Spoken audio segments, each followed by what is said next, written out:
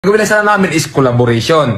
So, make the story short, tinanong ko si Cherry White kung may jowa ba siya. Anong sagot ni Cherry White? Wala akong jowa, matagal na akong walang jowa. So, siyempre ako yung taong hindi may pagka-marites, hindi na ako nagtanong about sa kanya. Kung about sa kanya kay Pacboy, ang sa akin lang is komportable na ako na wala siyang jowa. So, siyempre ako din naman na wala akong jowa. Okay, ganito, make the story short. So, habang tumatagal yung pag-uusap namin, pakikilala sa isa't isa, habang lagi kami nag-video call, nagkaroon kami ng feeling.